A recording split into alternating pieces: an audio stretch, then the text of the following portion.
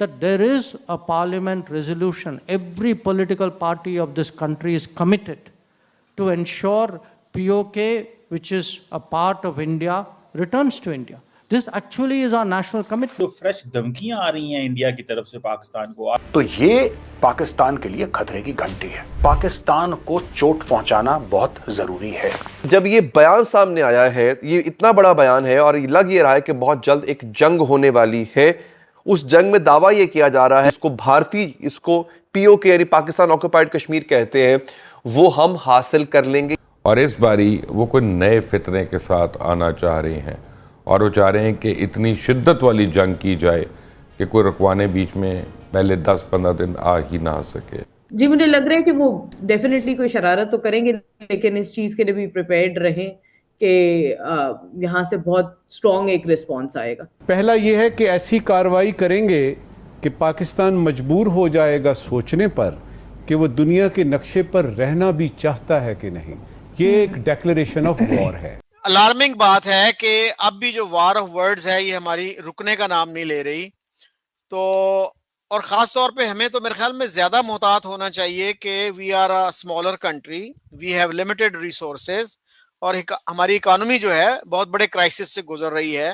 اب آپ سوچئے نا کہ اس سمے بھی پاکستان تو یہ تیاری کر رہا تھا کہ وہ بھارت کے اوپر اٹیک کرے گا، بھارت کے ٹکڑے کروا دے گا. تیاری تو پاکستان کی یہ تھی کہ ہمارے اگینسٹ بہت ساری چیزیں کرنے کی پلاننگ چل رہی تھی، لیکن کیا ہوا، وہ کہتے ہیں آپ نے اپنے پیروں پر ہی کلہاڑی مار لی. نمسکار، بریکنگ راج نیوز میں آپ کا سواگت ہے. دوستو، POK پر بھارت کے ودیش منتری ایس جے شنکر کے بیان نے پاکستان میں ہڑکمپ مچا دیا ہے. پاکستان ادھکرت کشمیر یعنی کہ POK میں پاکستان کے خلاف ودروہ تیز ہو گیا ہے، اور ایسے سمے میں بھارت کے رکشا منتری راجناتھ سنگھ کا بیان اور بھارت کے آرمی چیف کا بیان پاکستان کے لیے مصیبت بن گئے ہیں. ان بیانوں کی گونج ابھی ہلکی نہیں ہوئی تھی کہ بھارت کے ودیش منتری ایس جے شنکر نے POK کو لے کر بڑا بیان دے دیا ہے.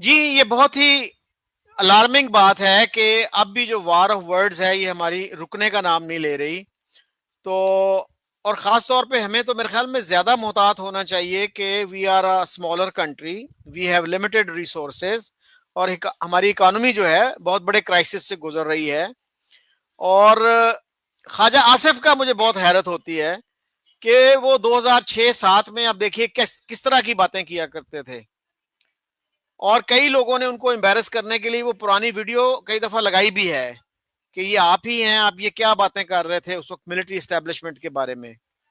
تو آپ پتہ نہیں وہ اس کا کفارہ ادا کر رہے ہیں، کیا کر رہے ہیں. تو سب سے بڑھ چڑھ کے جو ہے میرے خیال میں غیر ذمہ دارانہ بیانات وہ دے رہے ہیں. ابھی انہوں نے کچھ ایسی بات کی تھی کہ ہم بھارت کو ملبے کے ڈھیر میں دفن کر دیں گے. تو اس پہ فیس بک پہ کسی نے لکھا کہ جیسے یہ دفن ہوا تھا مہدی حسن کے حملے میں, وہ جو امریکن جرنلسٹ ہے مہدی حسن جس نے ان کا انٹرویو کیا تھا. تو یہ جو ہے, اور مجھے حیرت یہ بھی ہے کہ میاں نواز شریف جو ہیں, he is not playing any moderating role. وہ تو سب ان چیزوں سے گزرے ہیں, ان کا ایکسپیرینس ہے, انہوں نے ڈائریکٹلی ڈیل کیا ہے ود انڈین پرائم منسٹرز. تو وہ بھی کوئی ان کو عقل کی بات نہیں سمجھا رہے. پتہ نہیں ان کی ہیلتھ کا ایشو ہے, اتنا سیریس ہو گیا ہے. لیکن ایسی بھی کیا مجبوری ہے کہ آپ جب پرائم منسٹر شہباز شریف ان کو ملنے گئے ہیں, کیا ان سے وہ دو باتیں یہ نہیں کر سکتے تھے کہ بھی اپنے منسٹرز کو سمجھائیں کہ حالات کو خراب نہ کریں, جلدی پر تیل نہ ڈالیں, اس کو بجھانے کی کوشش کریں. اور میں کہہ رہا تھا کہ یہ اچھی بات تھی کہ بوتھ کنٹریز کلیمڈ وکٹری, کہ وہ کہہ رہے ہیں ہم جیت گئے, پاکستان کہہ رہا ہم جیت گئے, تو چلیں اچھی بات ہے. لیکن ہم جو ہے اس ٹرائمفلزم سے انفارچونیٹلی باہر نہیں آ رہے کہ کافی ہو گیا بس یار. اگرچہ بہت سے انٹرنیشنل اسکالرز ایسے ہیں, ٹام کوپر جیسے, جو کہتے ہیں کہ India had a clear cut victory, اس کو بھی ہم چھوڑ دیتے ہیں, چلیں برابر رہ گئے جی دونوں. تو بھئی یہ بس کر دو نا اب. تو اس کو کب ختم ہوگا یہ جو ہے یہ مقابلہ بازی اور یہ ٹرائمفلزم جو ہے.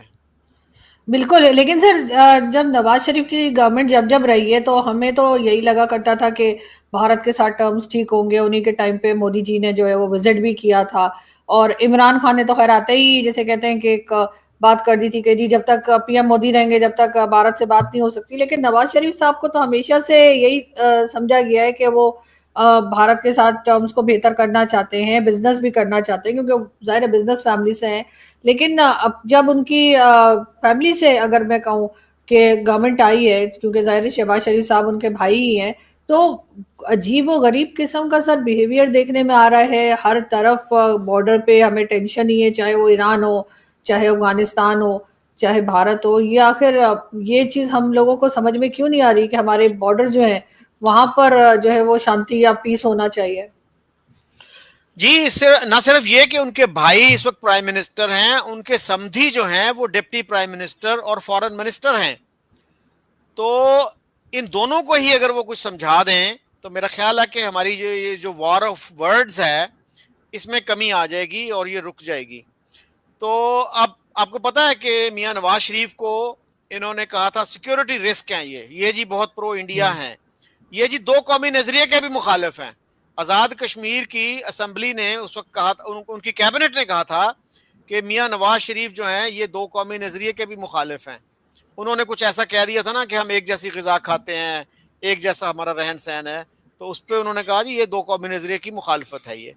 تو اب وہ میاں صاحب جو ہیں وہ بھی کوئی رول نہیں ادا کر رہے. خدا نہ خواستہ یہ جو وار آف ورڈز ہے یہ ایکچوئل وار میں اگر کنورٹ ہوتی ہے تو کتنی تباہی ہوگی.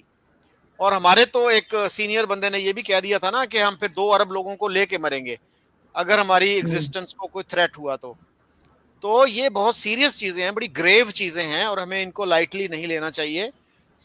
اب پاکستانیوں کو یہ لگتا ہے کہ کیونکہ ڈونلڈ ٹرمپ کی ایڈمنسٹریشن کے کلوز آ گئے, ڈونلڈ ٹرمپ کے کلوز آ گئے, تو اس چیز کا فائدہ اٹھائیں گے اور بھارت کے اندر یہ پھر سے ٹیررسٹ بھیجیں گے. پاکستان کے پاس صرف ایک گیدڑ بھپکی ہے کہ اس کے پاس نیوکلیر ویپنز ہیں. ڈونلڈ ٹرمپ کو یہ دقت نہیں ہے کہ بھارت جا کے پاکستان کو توڑ دے, اس کے 4 ٹکڑے کر دے. یہ ڈونلڈ ٹرمپ کی دقت نہیں ہے, اس کو کوئی پرابلم نہیں ہے کہ پاکستان کو ٹھوکتے رہو اور اس کو کریڈٹ دیتے رہو.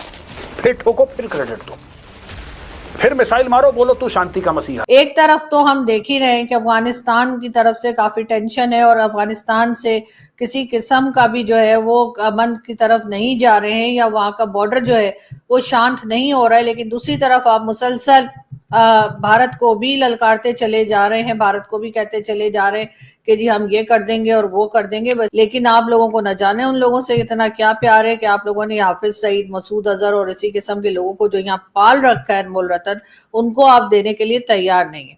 اس کے جواب میں آپ کہتے ہیں کہ جی ہم بھارت کے اندر جا کر گھس کے ماریں گے. آپ کس کو ماریں گے وہاں پر؟ ہر بارڈر کو آپ نے جو ہے اس وقت ایک طریقے سے ایکٹیو کر رکھا ہے. ہر بارڈر پہ آپ کی ٹینشن چل رہی ہے. بھائی اتنی لڑائیاں, اتنی نفرتیں, اتنے جھگڑے لے کر کیسے رہتے, میری تو سمجھ میں نہیں آ رہا کہ آخر آپ لوگ چاہتے ہیں کیا. اس کے بعد جب یہاں سے ملٹی نیشنل کمپنیز جو ہے وہ چھوڑ کر چلی جاتی ہیں